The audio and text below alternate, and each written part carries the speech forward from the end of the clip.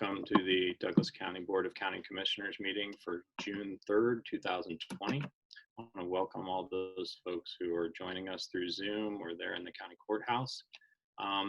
We are still doing social distancing meetings here through Zoom, and I just want to pass on a bit of information regarding how we run our meetings on Zoom during this time of social distancing. If visual aids are used during the meeting, the presenter will share the screen with the call. Participants will not be able to view them without a computer, smartphone, or tablet. All participants will be entered into the meeting with their audio muted, meaning the commission and the public will not be able to hear you. Presenters will be unmuted when their agenda item comes up. We ask that all online presenters use good conference call etiquette and mute their line when not speaking and introduce themselves each time they speak. If you have a public comment on an agenda item or under regular public comment, please use the raise your hand function on Zoom. Staff will call on you and unmute you. We ask that speakers give their name and address for the minutes. The county reserves the right to shut off the microphone or remove any speaker from the meeting if they are vocal, rude, or inappropriate. The chat function has been disabled, and a recording of this meeting will be available on our website after each meeting.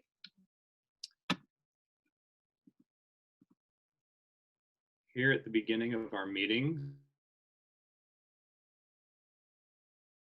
normal agenda process. A lot has happened in our country since last Monday, and I think each of the commissioners, while I'm not pressuring them to do that, I think I heard through County Administrator Sarah Plinsky that each of the commissioners might have something to say about what we've seen across our country and in the past 8 days. I did share some of my thoughts on Facebook, but I know many people do not have Facebook, and wanted to make sure that I shared those feelings here. I do want to say a lot of gratitude for some people who encouraged me to speak up and not wait until our county commission meeting. That encouragement really helps me see my privilege. That's helpful to me as I continue on my path through racial equity, and waiting is something that cannot be afforded, especially those who are vulnerable or live in fear due to the color of their skin. What we witnessed early last week, the murder of George Floyd, is totally unacceptable. In my mind, it's unfathomable. And yet I expect that my feelings pale in comparison to the feelings of people of color. I want you to know that I hear you and I want to do more. Every time this happens, and it seems like it happens more and more, it is a reminder that the work towards racial equity and the elimination of police brutality has a desperate long way to go. And that frustrates me and that angers me. Our path to racial equity has been, and I expect will be, fraught with frustration and disbelief at the stupidity and the weakness and the complacency of humankind. However, that cannot divert our resolve. Racism is systemic. It is a learned behavior that must be confronted. We must continue to shine a light on racism whenever we see it, even in ourselves, recognizing our own bias that sometimes is unconscious. Today, that light burns bright. It burns bright on social media, on the news, on the streets of our community, and in conversations. And I hope that in a week, in a month, or even 6 months from now, that what we are feeling today will not fade, that we will shine that light as brightly as we do today. That is how we make progress, by continuing to have conversations, having uncomfortable conversations with our families, with our friends, with our community members. That is my commitment, and I encourage you to join me. As an educator and as a community member, I do recognize that I have a role to play, not only in helping our community trying to make sense of this tragedy, but also putting forward a vision of hope and justice. It is a daunting task, but I will not back down. I will not give in to anger and frustration. If you are afraid, are angry, know that I stand with you, and that I will listen, and that I will try to find a better path. We cannot live in fear. We must all stand together, and we must continue to fight for racial equity and the end of police brutality. I'm with you, and we will do better. At this point, I'll turn it over to my other commissioners if they have something they would like to say.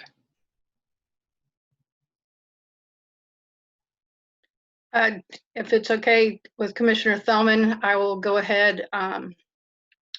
I too shared something on Facebook, but I want to make sure that it is public record because I still just struggle with what we saw happen last week, and I struggle to find the words to adequately express the sadness, the disgust, and the anger I feel in regards to the murder of George Floyd.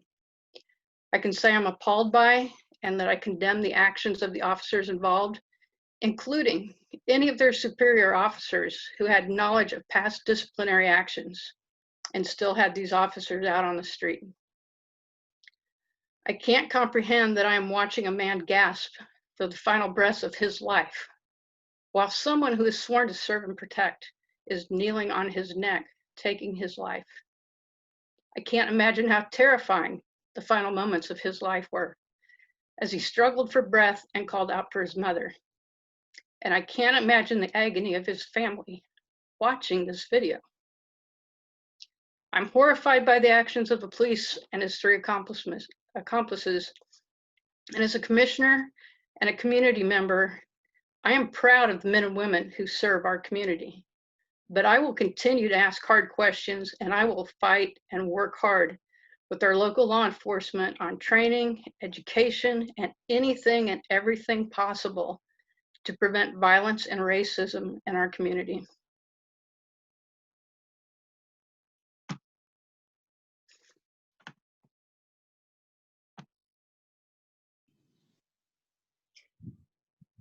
So can you hear me okay? Yes. I switched my setting. I needed a little sunshine. I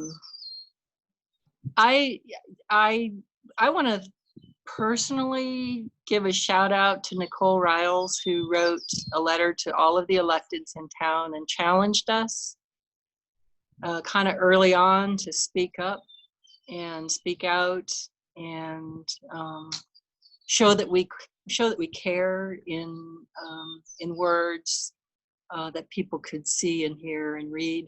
And I have to say, I maybe would have finally done that, but I was glad to be asked kind of early because it was a harder chore than I thought it was going to be. I thought I could knock out a good statement in an hour or so, and about 4 or 5 hours later, realizing how complicit and broken and confused and sad and angry and all those words, how that described me in the moment of kind of a reckoning of having to put these things down in writing. And I'm not super proud of what I wrote, but it's a start. But what I do know for sure is that the words don't matter if they're not followed by action. And so that's I think where I am. I suspect that's where we all are, and we have a long way to go. I had an interesting event today that tells me that there's hope. I got a call, like a lot of people did last night, from a frustrated citizen who didn't want the city to vote yes on the jail last night. And I know there was confusion about what that vote was actually about, but this person happened to be a friend of my daughter's from way back when, and she got her courage up to call me and express her discomfort with what she saw as an unjust project, the jail expansion. And so we had a long talk about that. And then we talked, each one of us, about what we were doing personally to deal with this, with our own place, with our own ownership of racism. And we shared some things about each other. And I think we're going to check in with each other over time. She's a public school teacher, and she knows she has a role to play, and I'm a leader in a community, and she called me on that, and I have a role to play. So I think maybe that's part of our work right now, is to, especially as people of privilege, to hold each other accountable beyond this moment, and make sure the opportunity of this angst is not just a moment, but becomes a real sea change for our community and our world. So Patrick, thank you for the opportunity to spend a moment.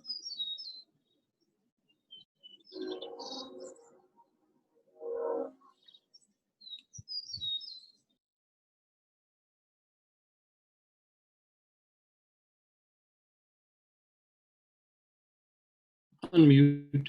There we go. Sorry about that. Let's move on to our consent agenda. We have 2 items on our consent agenda. Does any member of the commission wish to pull an item from the consent agenda? I do not. Does any member of the public wish to remove an item from the consent agenda? And just for those of you who are on the Zoom call or are at our county commission, our courthouse, Sarah is at the courthouse and can give you the opportunity to speak to us, or if you're on the Zoom call, you can just raise your hand and Jill Jolliker will add you as well. Is there any member of the public who would like to remove an item from the consent agenda? Sarah? Commissioners, I have no one here to do that. Thank you. Jill? Nope. Great, thank you. With that, I'll accept a motion for items 1 and 2 on the consent agenda. Move to approve. Second. Moved and seconded. All those in favor say aye. Aye. Aye. Passes unanimously, 3-0. That's the end of our consent agenda, and we do not have any regular agenda items, so we'll move on to appointments. I don't recall any appointments that came up this week. No, I'm seeing heads shaking, so the answer is no. We'll move on to general public comment. We do provide an opportunity for folks to provide general public comment to the commission. Again, we followed the same practices that we did with removing an item from the consent agenda. Sarah, is there anyone there who would like to provide public comment at the courthouse? Not today, thank you. Is there anyone on the call, Jill, who has indicated that they would like to provide public comment to the commission? I'm not seeing anyone, no. Okay, thank you. We'll move on to commissioner and administrator miscellaneous, and we typically begin this with Sarah, and any updates you have for us. Thank you, commissioners. In your packet, you'll see an updated weekly memo for this week. I wanted to start off and give a huge shout out and congratulations to our intern in the county administrator's office, Daviana Humble. She received a recognition from the it's the International City County Managers Association. So that is our professional association for those of us in local government. And she received an early career service certification. And there were only 38 students nationwide that received this honor. And it recognizes, it's given to a MPA student who completes projects for local government. And it recognizes graduating students in good academic standing who have gone above and beyond the requirements of their degree programs and displayed a commitment to local government service. And I also pulled up the website where it listed all the folks who received this, and it says that students were nominated by their ICMA student chapter faculty advisors. So I think that also shows, you know, how Daviana's professors think about her work, and they're nominated for their outstanding demonstration on a strong commitment for local government. And other than the fact that Daviana didn't tell us that she was nominated for this award, nor let us know until we found out about it, we are incredibly proud of her, and we're incredibly proud of her service. And she's been with us about a year now, and she's going to be here at least another year. And I'm very excited to have her as a part of our team moving forward. So I wanted to make sure the commission was aware of that. Also, then moving on, I added a couple of, in the weekly memo, I'm outlining some upcoming work sessions for June. Commissioners, as you know, we're getting ready for budget, and we need to begin to have some additional conversations about items that will be leading up to our conversations on the 2021 budget. This is for those that are listening or, you know, on this, this is really a preliminary listing. I may be adding more things to it that will happen during commission meetings to just try to get you all some information before we move into budget deliberations in July. We're going to start off with a conversation next Wednesday at 4 o'clock related to, and I'm calling this work session COVID impacts on jail population and criminal justice processing.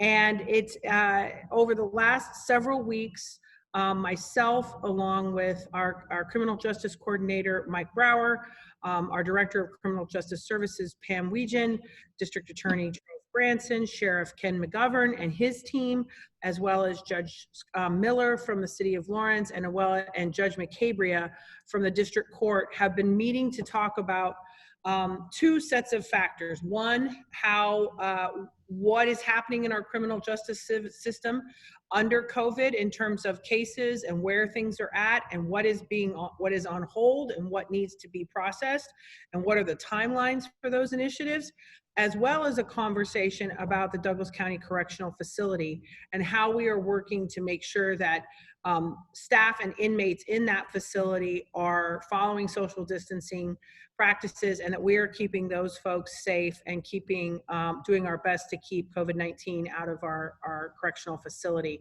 And those numbers are really important for the commission to understand the impact of that in terms of what kind of jail population we can manage, as well as some conversation about our ability to contract out.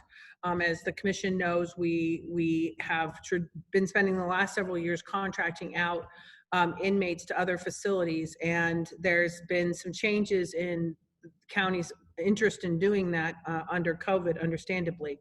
So I don't anticipate that this work session is going to provide you with a ton of answers, but I think it will raise a lot of questions, and it'll begin some additional conversations that we need to have. With that, I guess I want to kind of open it up to the commission if you have questions about that, or any of the items I've listed on the a weekly memo.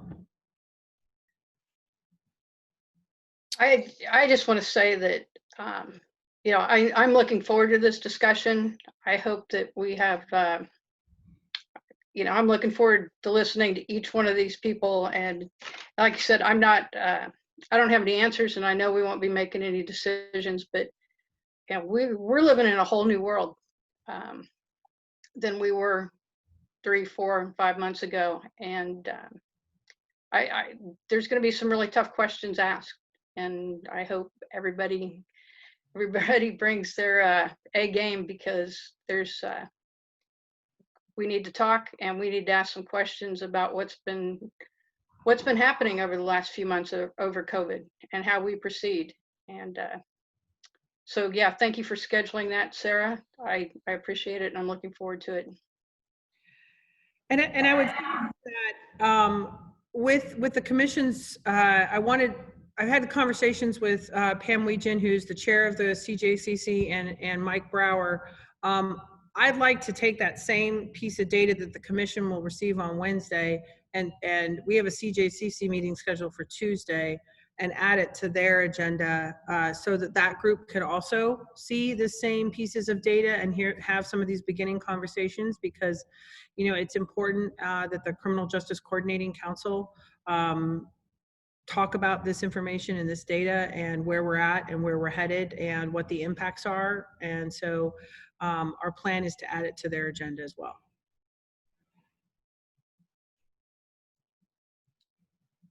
That's fine with me, Sarah, to do that through CJCC first. I think that's what you were asking. Yes. Yeah. Thank you. You know, I think Sarah, you sort of asked about questions we might have, and Commissioner DeRusso said that, lovely, my home phone's ringing here, that, you know, forgive that, but that, now you know who's calling, you know, that we're really in a, really a different place than we were in January 2020 when we talked about the jail and we made that decision on the jail. And, you know, a number of events, not just COVID-19, have happened, which I think has begun to influence my thinking about jail expansion.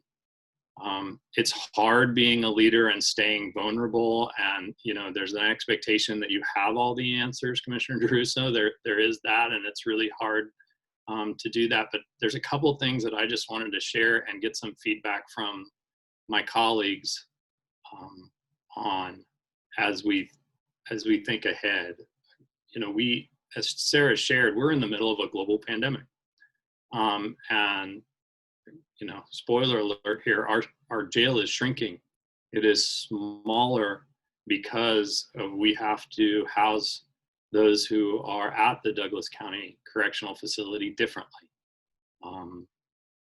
We've also, as Sarah alluded to, we've eliminated the number of people that can be housed out of county. And we've also seen that our courts, our district attorney, and law enforcement has been asked to do things differently, and they've done things differently. Sometimes the very things that we've asked for, that we've questioned, that we've wondered if it could be an alternative to incarceration, they've done some of those things during the pandemic. You know, we're also seeing probably the largest economic downturn in our country's history in almost 100 years. And our capacity to expand the jail through sales tax and the challenge of operating the Douglas County Jail while balancing our budget is a rising concern for me. I need to understand some things about that and wonder if there's another way to support the Douglas County Jail. And finally, I would say, watching the Lawrence City Commission meeting last night had a big impact on me. The city of Lawrence, and by extension, the municipal courts and the Lawrence Police Department, are the largest users of the Douglas County Jail. At that meeting, the governing body indicated that they were not supportive of a jail expansion. Some of them have told us they've changed their minds, and they've questioned even our ability to manage the county's finances to support that facility. I want to make it clear the Douglas County Jail supports law enforcement and the courts. The Douglas County Commission does not have the authority to put anybody in jail, or to hold anyone in jail, or to take anybody out of jail. And you know, if the largest user of your business, and it's not a business for us, we don't make any money on the jail, but if you owned a business and your largest customer said, hey, I don't have any confidence in your business anymore, you would have to question that relationship, and you'd have to understand what they were concerned about and how can we problem solve through this. So this has really given me some time to think about, you know, what's our direction forward on the jail. And I have 3 things that I would like to request, and I would like to hear my commissioners, my colleagues' thoughts on it as well. These are just 3 ideas, and certainly they're not perfect, but the first thing I would say is I would ask administration to put a study session together with each of our partners who use the Douglas County Jail. If the Lawrence City Commission, and by connection their employees through the Lawrence Police Department and Municipal Court, are not supportive of a jail expansion, we need to hear how they plan to limit the number of people who are sent and held in jail. We have a numbers problem at the jail, and if they are wanting to help, if they don't think an expansion is the right idea, they need to help us understand how to solve that numbers problem. Further, if these partners are concerned about the disproportionality of people of color, and certainly we are, I need to hear from them how their systems will be addressing those disparities. The jail houses only those people who law enforcement and courts bring to the door. It is not, the jail by nature in itself is just a receptacle of the systemic racism that comes through our criminal justice system. And I need to hear from our partners. If they've lost confidence in that part of our criminal justice system, I need to hear from them what they're doing at their intercept points to lower the numbers, both of disproportionality and of people at the jail. Second thing I'm going to ask Sarah to do with my commissioner's support is to look at a different budget model that provides sustainability for the jail. Quite frankly, I don't think there's enough heat in our system to enact change. I'm going to be very upfront. I'm not sure we can continue to count on sales tax. I mean, Sarah tells me we can, we'll be okay, but I'm concerned, and maintenance would cause some tough decisions. I mean, not maintenance, I want to be clear about that. Operations would cause some tough decisions to be made, and those were highlighted at the City Commission meeting yesterday. If there's a budget model that equates use of the jail, especially use of the jail over time, that has some budgetary impacts that may cause our partners to change their behavior, I'm interested in that. The pandemic caused our partners to behave differently and reduced our jail population. When that threat is gone, and I certainly hope it will be gone sooner than later, but when that threat is gone, how do we not go back to the way we were? How do we keep putting heat in that system so that our partners are thinking collaboratively and innovatively to reduce jail population? And finally, I would ask that we reinvigorate our CJCC and have some new norms for our partners who are attending our CJCC meetings. You know, there was some press that came out recently about reports from the Douglas County Sheriff, and you know, I noticed a few months ago, even in November and December, that our jail population was dropping. And I want to thank Mike Brower and his team for providing data, for digging into those numbers. And, you know, this is something we're going to hear about in the future because we asked for that data, because we're interested. I mean, I know some people will say we're not interested in declining the population at the jail. I'm very interested in declining it. I want to know why. I want to know how. And what we're learning is that bookings by the Lawrence Police Department are significantly down. The County Commission is unaware of any new policy or any new practice or any directive from the Lawrence City Commission through the Lawrence Police Department on why these numbers are down. Quite honestly, that troubles me.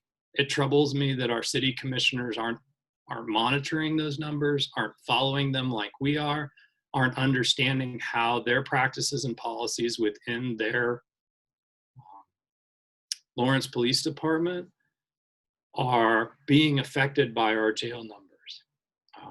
We need to look at that data, to have a data dashboard that our CJCC is looking at a regular basis and can answer questions as they arise so that we can determine, you know, why are these things happening?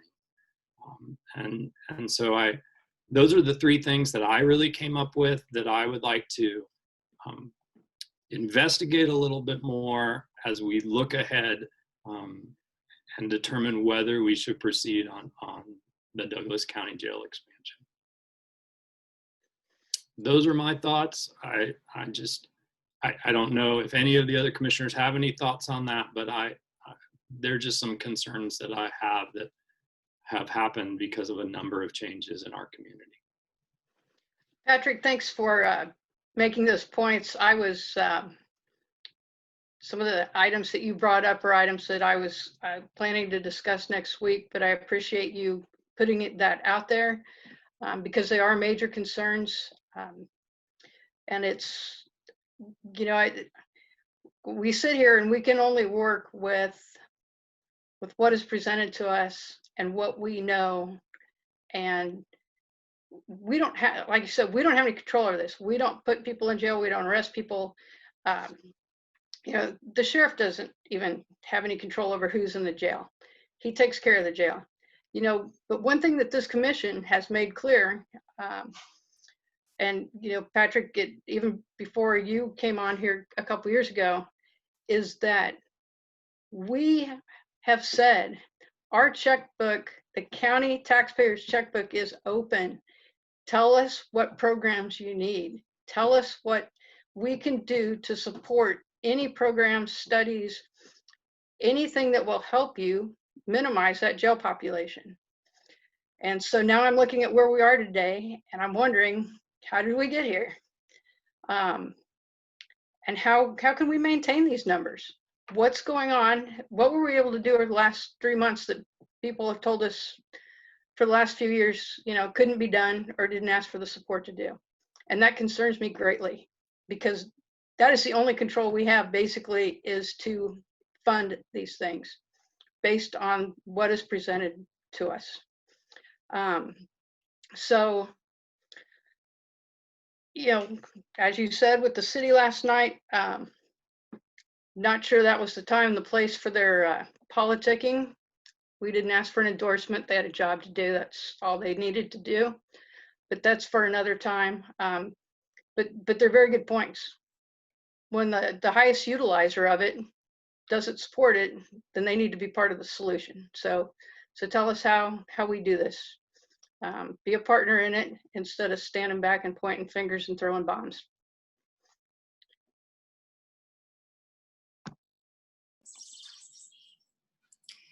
So, gosh, I feel like my life is flashing before my eyes. I have been the longest standing commissioner on this jail conversation, and I think my hair has turned quite a bit grayer because of it. But I'm so glad to have this moment, kind of an unexpected moment,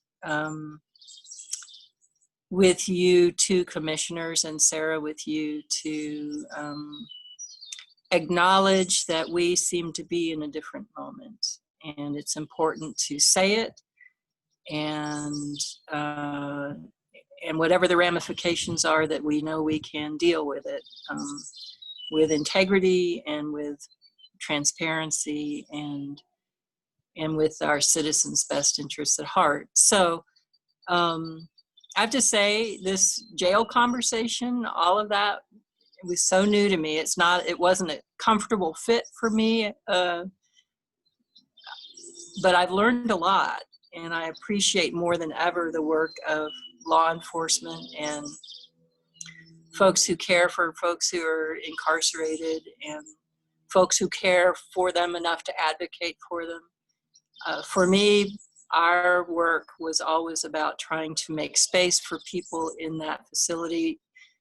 If they had to be there, that they have a human right to have space and safety and proximity to their family and proximity to their lawyers and proximity to real services, not just a television to watch.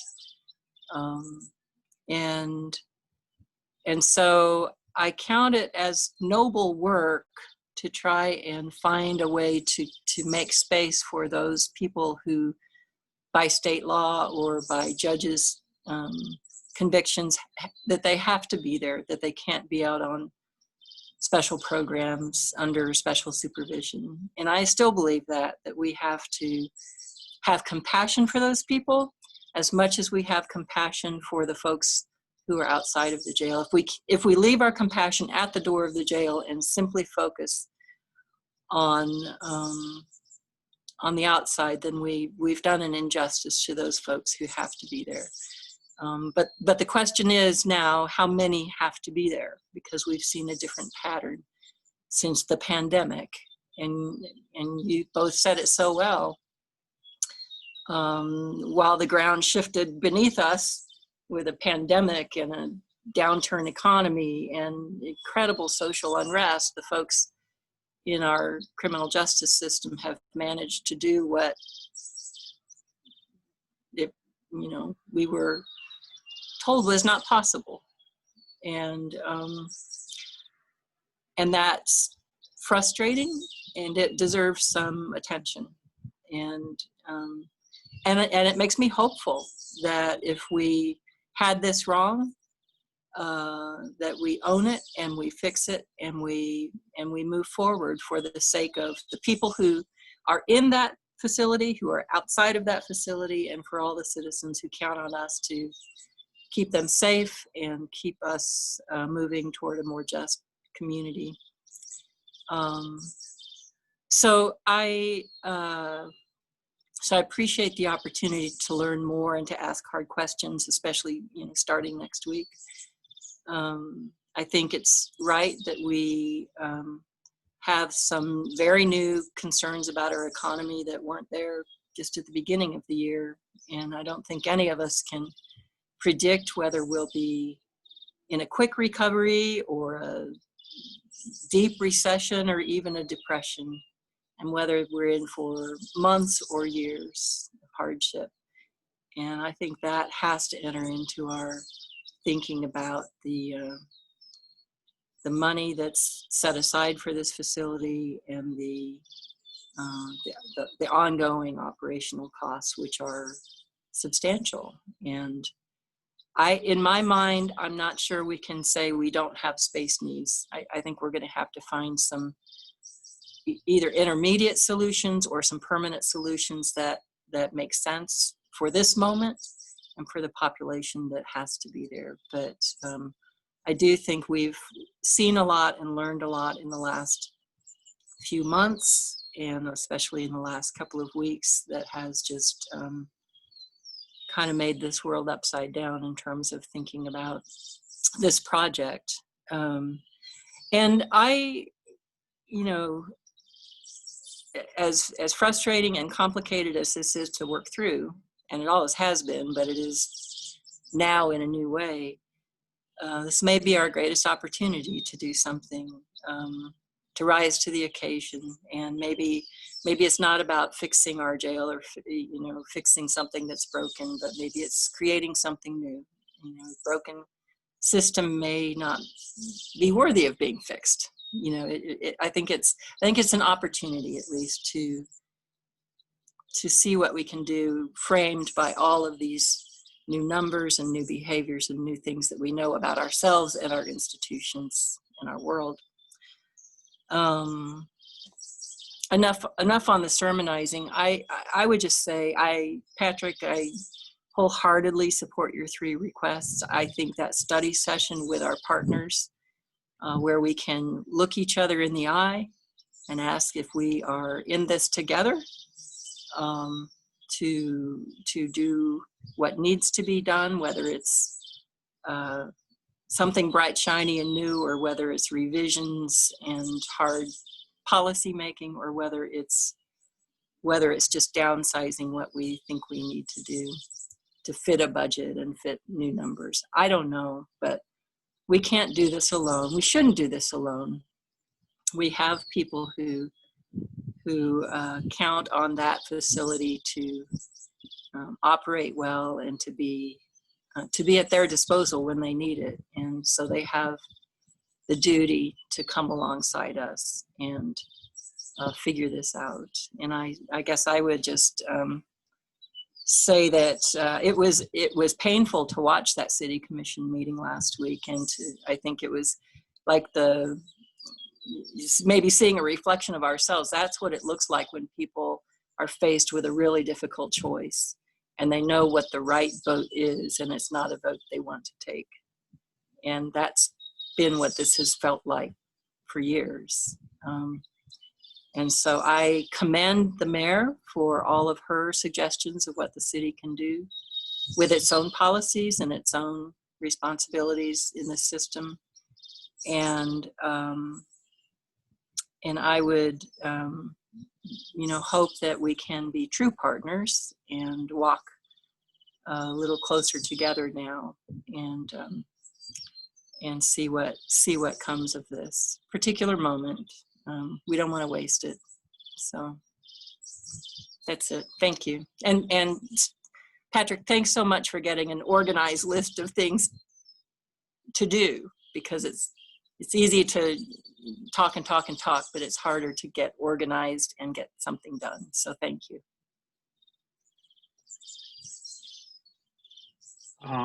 Sarah, any clarification on those? And I don't know, I mean, maybe we should go item by item and make sure all three commissioners think that would be a good way forward as we think. I mean, I think we'll learn a lot at next week's study session.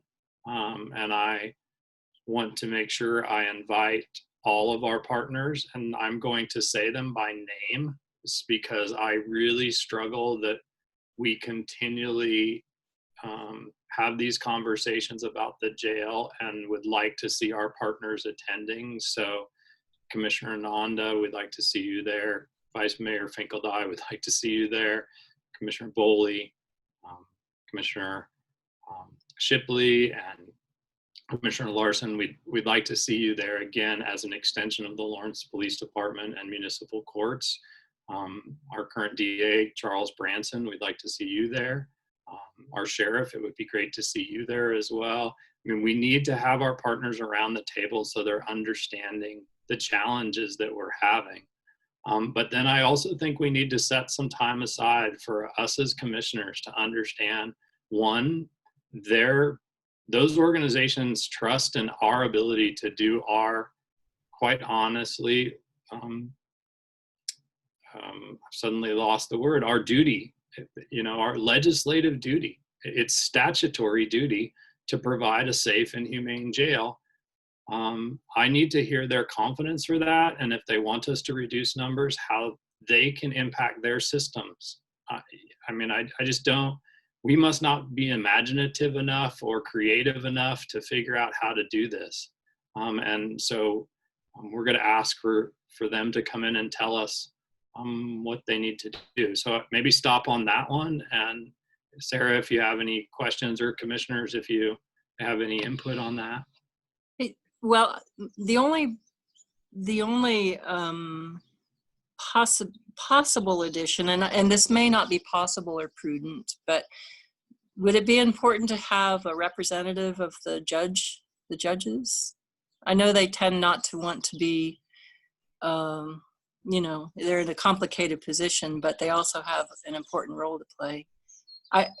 No pressure. Seems like. I think we've seen recently, we've heard about more video first appearances that have been done through COVID-19. Yes. Sarah, refresh our memories on if that was something we've asked for before. It has been on the list of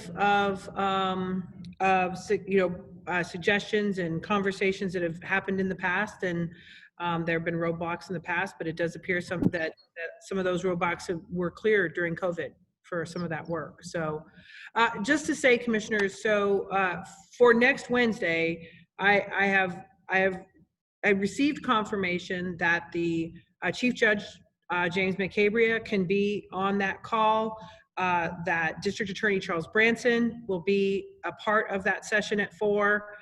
The Sheriff's Office will be there and will be making us a part of the presentation related to jail capacity issues now during COVID, and the work that they're doing to keep people, their inmates and employees, safe in this event.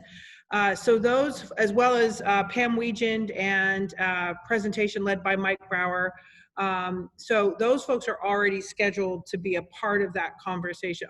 We've invited the Lawrence Police Department. I had conversations with Trent McKinley that they believe they could be on that call. As well as we extended the invitation to Judge Miller at Municipal Court. He was going to check on some things as to what he felt comfortable with and felt like was in his purview, and to be a part of that conversation as well. I can, obviously it's a public meeting, so we could you know, we could ask the city commissioners to just, that if they want to participate, that they're certainly welcome to. It's a little last minute in terms of scheduling and their availability. Is that how you'd like to handle the city commission piece, or do we have this first conversation first with just this team, and then get more data, get more information, and then broaden it to engaging with the city commission? Yeah, I mean, I did invite the city commissioners tonight, you know, to join in, and not join in. I want to be clear there. We weren't looking for them to have a meeting aside from a meeting, and I think they're probably going to watch our recording of or view our recording or listen to our recording of this meeting. So we have to be careful of those COMA rules and making sure we're not having another meeting. And so, you know, for them specifically, because that could be a meeting, you know, I think we just want to be sensitive to that. But I'm asking them to get engaged and calling on them to be engaged in this work. That meeting last night was tough to hear.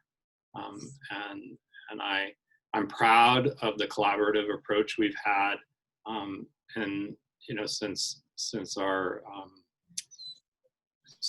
new city manager, Craig Owens, has been on the scene, and I'm really proud of the work that the team has done with Unified Command.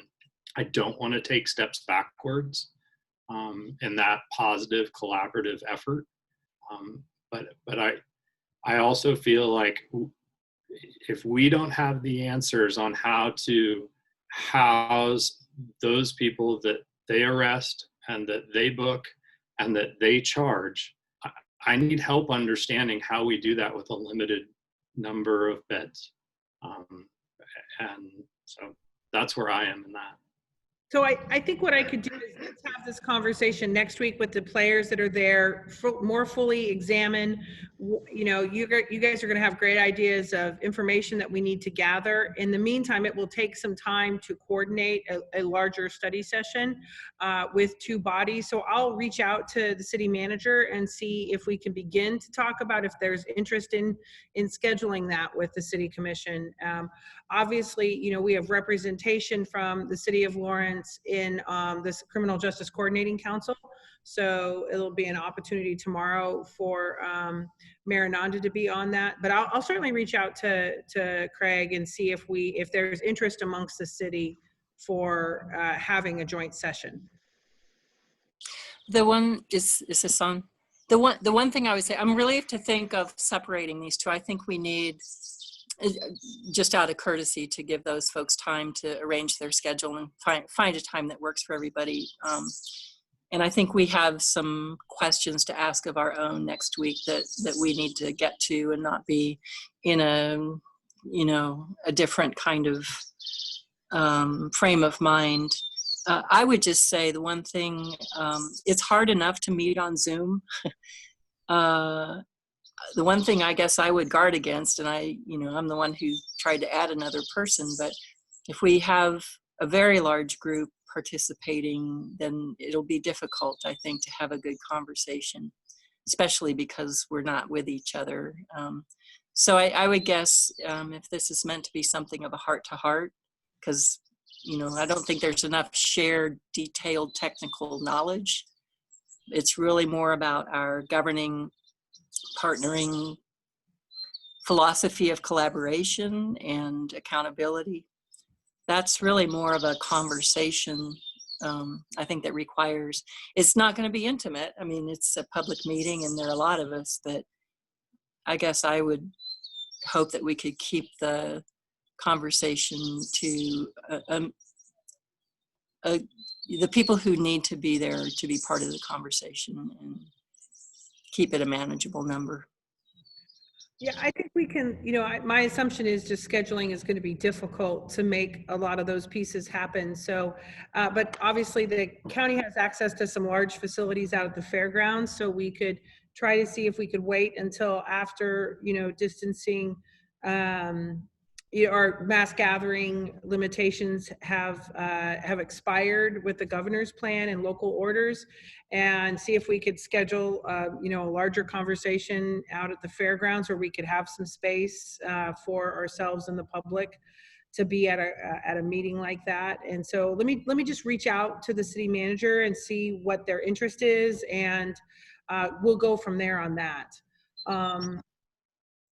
If there are no questions on that one, I guess I would move on to the conversation about jail operating costs and sustainability of that.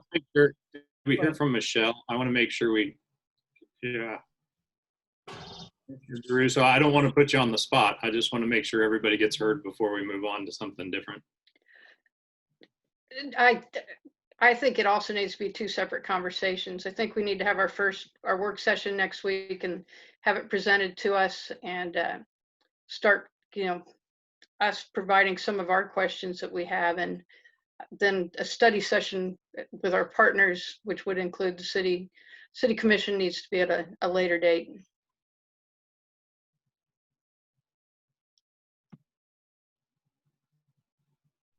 Thanks, Commissioner Druso. Sorry about that, Sarah. Just want to make sure. No worries. On the sustainability on the operations, I think, like, let me talk to city staff. I mean, not to county staff, and let me talk to sheriff's office staff. We talk every year, as one of our many agreements with the city of Lawrence is a conversation about a jail rate. And that jail rate is one of the agreements that was developed many, many years ago. It was developed before some costs were put into place that we currently are faced. It does not include a lot of information related to medical costs for municipal inmates. It doesn't include any sort of overhead or costs for benefits for the deputies involved at the jail. So that and that agreement is one of the many agreements that is woefully out of date. I'd like to have an opportunity to kind of show that to the commissioners and talk through that. And then I think that would talk about our existing operations, on how we financially support the existing jail, and then talk about like a jail expansion, and then and maybe try to take this in steps and keep it where we present you some information publicly. Of course, we have conversation about that. You ask more questions, we bring it back to you and refine it from there. I think it will be, unless the commission has something more specific that they're looking for at this time. I would only add, Sarah, that I'm interested in, how other counties are maybe funding their jail. I mean, we've had a lot of conversations about what the jail costs. We really haven't had a lot of conversations about how we fund it. What is the methodology behind how we fund these things? Our city commission partners, if it's a water utility, they fund it sort of as a fee, and if they need to make infrastructure changes, they do that as a fee. I'm not suggesting that that's the way to do this. I'm just saying I want to look at maybe some different models, and if your team could do that. We've talked a lot about studying the jail from a alternative standpoint, but I'm also interested in studying it from a funding standpoint. Is there another way to do that using funding as a mechanism that may drive jail population down? And what are the repercussions of that? Because that might not be a good idea. I'm walking in very dangerous territory here, brainstorming in a public meeting, but just think about. No, and I think, like, I'd like to take it at a couple angles, and I think we could start with some of that information and then go from there. I'd also, as we've talked to the commissioners, the commission reduced its 2019 operating budget to be able to help sustain jail operations into the future, and the county is currently allocating over $1 million in out-of-county housing costs. So those were strategies to help us finance an eventual jail operating. We can tell you kind of what those dollar amounts, and so inside our existing funding sources, if the commission's worried about the impact on the economy moving forward, what that would in essence allow us to operate in terms of staffing, which would be, you know, a conversation, and what does that look like?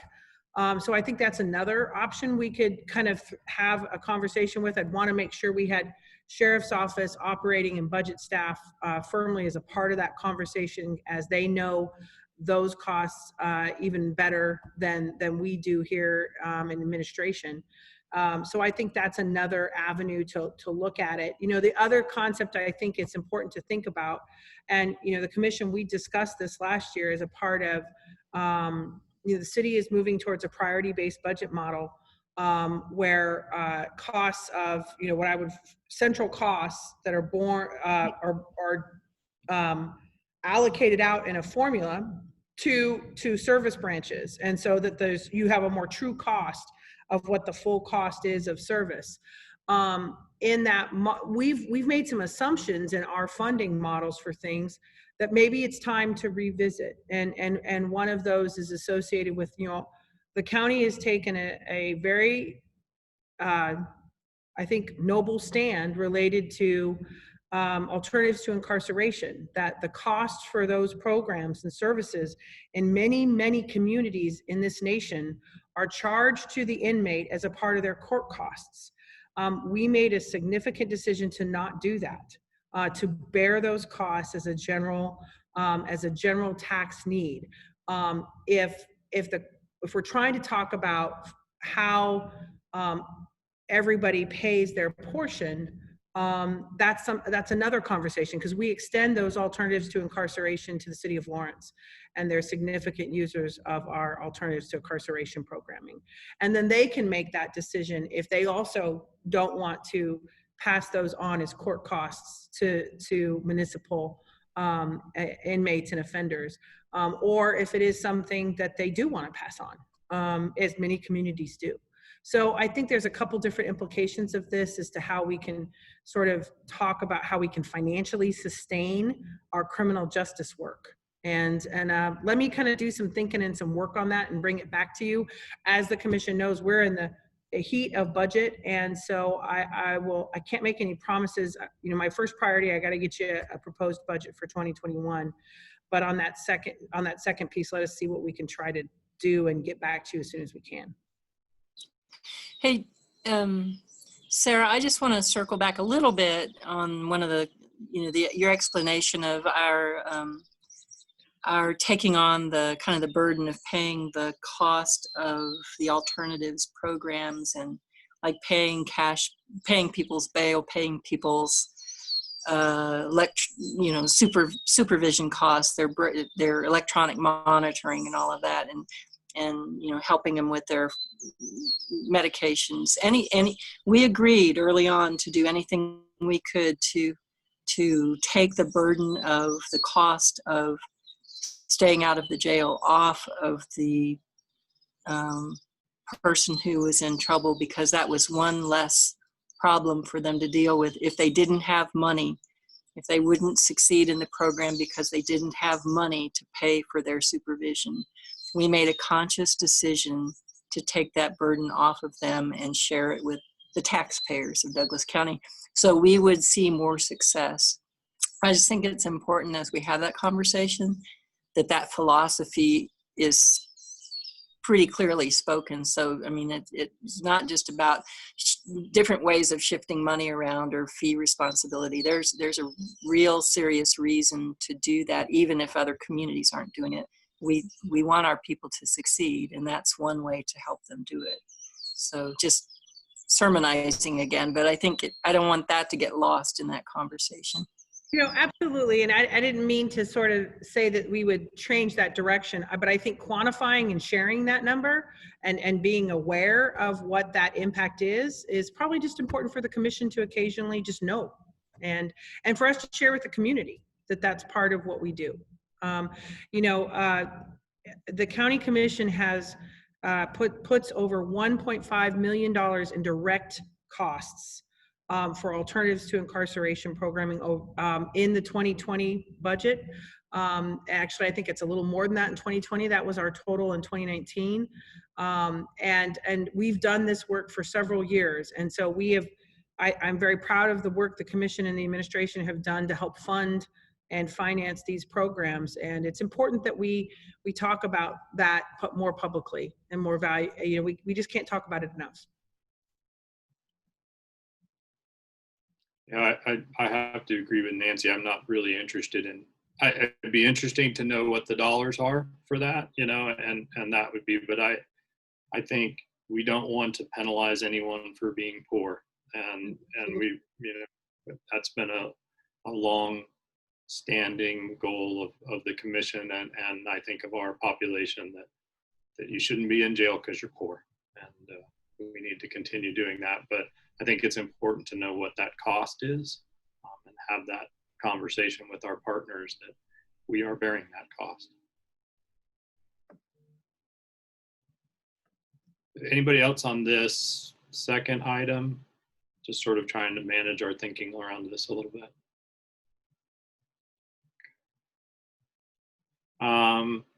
The last one I think is probably the most nebulous one is this new expectation for the CJCs, the Criminal Justice Coordinating Council. That is something that the Douglas County Commission funds. We bring folks together. They have done a lot of great things. They are doing work right now on some of the systemic racism issues that have really had a lot of tension in the last almost week and a half. But I feel like there needs to be a different way that group is meeting. I'll describe something that works in schools where it's focused around data and looking at data on a regular basis and looking at data to tell us what's going on in the system, what is happening in the system that's working well so that we can do that again, and what's not working well. And that rather than the conversation being about ideas, it starts with data so that we can make the best decisions possible, and asking our partners who are in that group to come with data and to come with answers that help us understand, not in a blame scenario, but in a environment of feedback and learnings and questioning and curiosity. And you know, it may be good for us to just meet with the CJCC a little bit and understand with them what their goals are.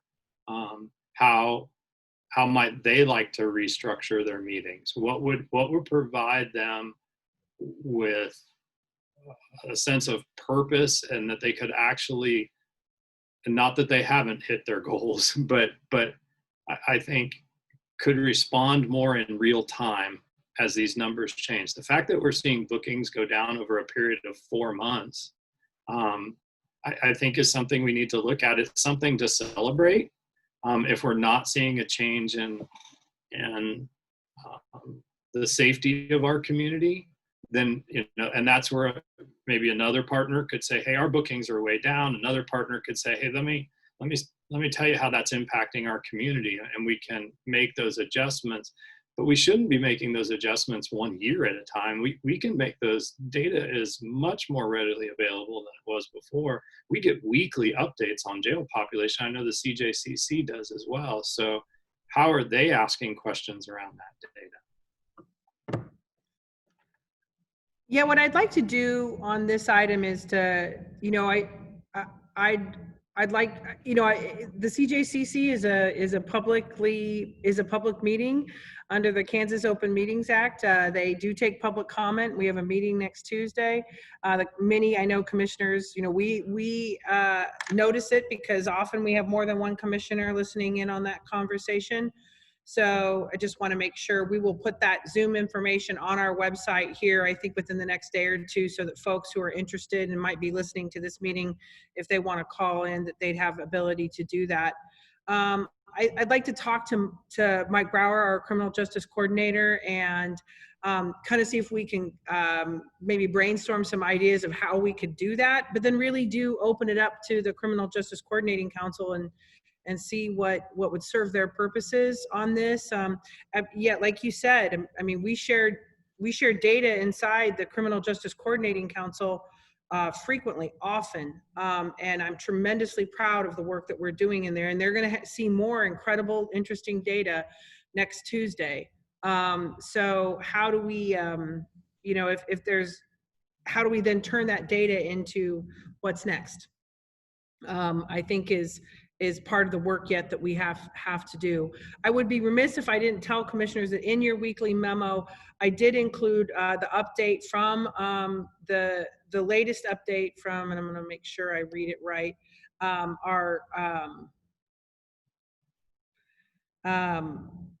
the Criminal Justice Coordinating Council Racial Disparities Workgroup update, just so the commissioners can have that. One of the things that Mike has done in the last couple of months is really form these work groups to have structure, to have a chair, to have purpose, to meet on a regular basis, to produce meeting notes and summaries that we are sharing with the Criminal Justice Coordinating Council, to have those summaries reported out on at the Criminal Justice Coordinating Council meetings. And the work of that group, there's some great stuff going on there. And while we clearly have a lot more work to do, but we have started it. And I think we're all looking forward to continuing that process. So that is in your packet and it's up on our website as well. So let Mike and I talk a little bit more about that and see if we can get some feedback and you know, let's revisit it. Commissioner Kelly, please hold us accountable and make sure that we don't forget this and that we can talk about how we do that a little better.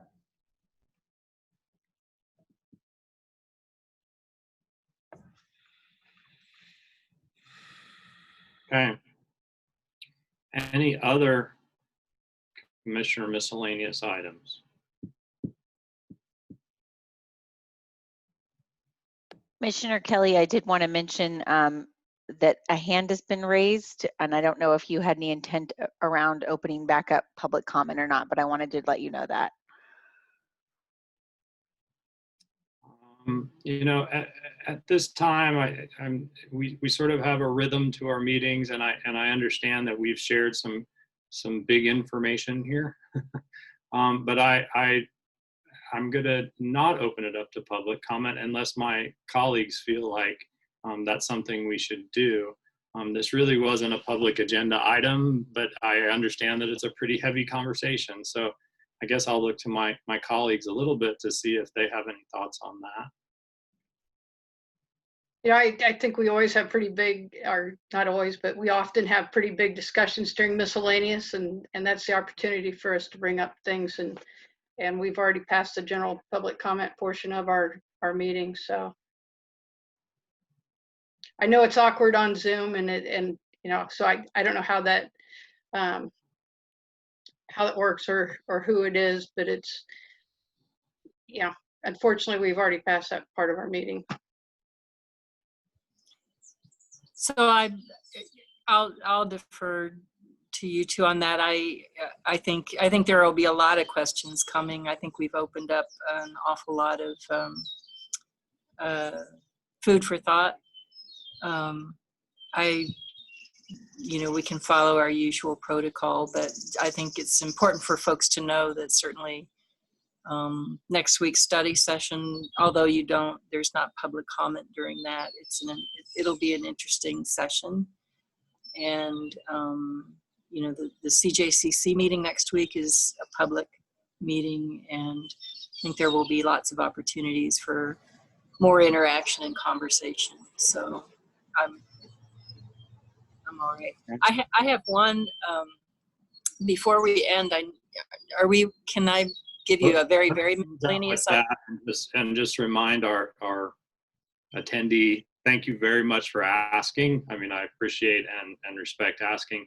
You know, you do have the ability to reach out to us via email, and our phone numbers are on the website, and we will have public comment at our next meeting. And certainly we're not going to solve this problem tonight. And so I think we'll have other opportunities for public comment, and certainly invite that in the future.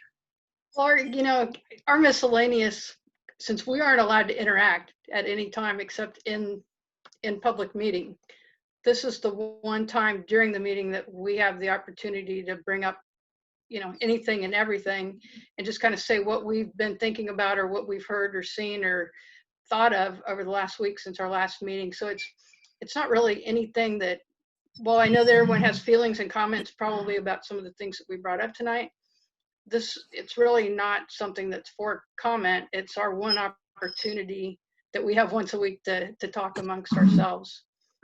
So I would just like to maintain that.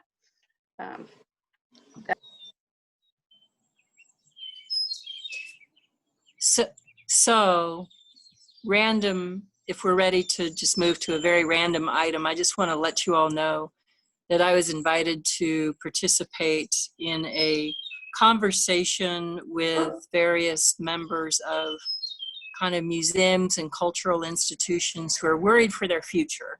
So Steve Nowak and the director of the Art Center, and gosh, I'm blanking on all the names. It's not a big group, but Vice Mayor Finkeldye and the it's been a long meeting. The communications director, Porter Arneal, and just a small group, but kind of representatives of the kind of the heart of our cultural institutions, our museums and arts, and because they're really afraid about their sustainability in this, however long this pandemic down economy is going to be. And so I think it's a great opportunity to talk with them. I know that I don't have any solutions. I promise I won't offer. I know we all have a lot of work to do on the budget, and so there's no easy answer to the lack of funding for institutions that we love. But I just wanted you to know I'll be part of that conversation, and I'll keep you posted as it goes along. That happens next week on the 12th. Yeah, I received that email from Steve and appreciated that. You know, as a performer myself, I understand. These were the first businesses to close when the pandemic hit, and will be the last ones to open. And I really feel for our arts organizations, and I feel for our community that can't access our arts organizations. That's very, very difficult. And we're all going to have to work together to find those solutions. Yeah, so thanks for attending that, Nancy, and I'll be interested to hear if you'll share back with. Yeah. And I'll offer up, you are kind of a natural fit for that as one of our local actors and active in that community. If that's something that you would have liked to have participated in, I just jumped on it. But if that's something you'd like to do, I know we can't both be there, but I'm happy to defer to you if you'd like. I think I sort of know a little bit about what's going on in that community, but if you, I think it'd be good for you. But either way, I'm happy if you can attend. I'd be happy to attend. Okay, thanks.